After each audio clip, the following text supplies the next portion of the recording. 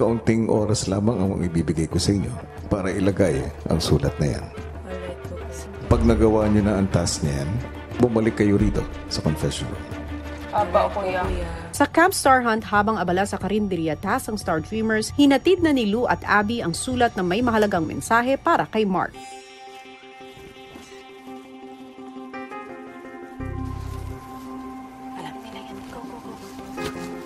Sa dining na lang, kuya. Naisip ko, kuya, baka pag unang pasok po nila doon is sa dining area ang makikita nila, kuya. Pagbalik ni Lou at Abby sa bahay, kinausap muna sila ni Kuya sa confession room para sa isang mahalagang bilin. Bago kayo lumipat sa activity area upang abangan si Mark, dapat lahat ng housemates nyo ay tulog na at nasa loob na ng kanya-kanyang kwarto. Yes, kumaliro. Habang dinidiskartehan ni Abby at Lou na patulugin na maaga ang mga housemates, sa Camp Star Hunt naman nakita na ni Mark ang iniwang sulat ng dalawa. Guys, may letter for you, Kuya Mark. Is this for me? It says for Mark. Dear Kuya Mark, nais kang makausap ni Big Brother sa confession room.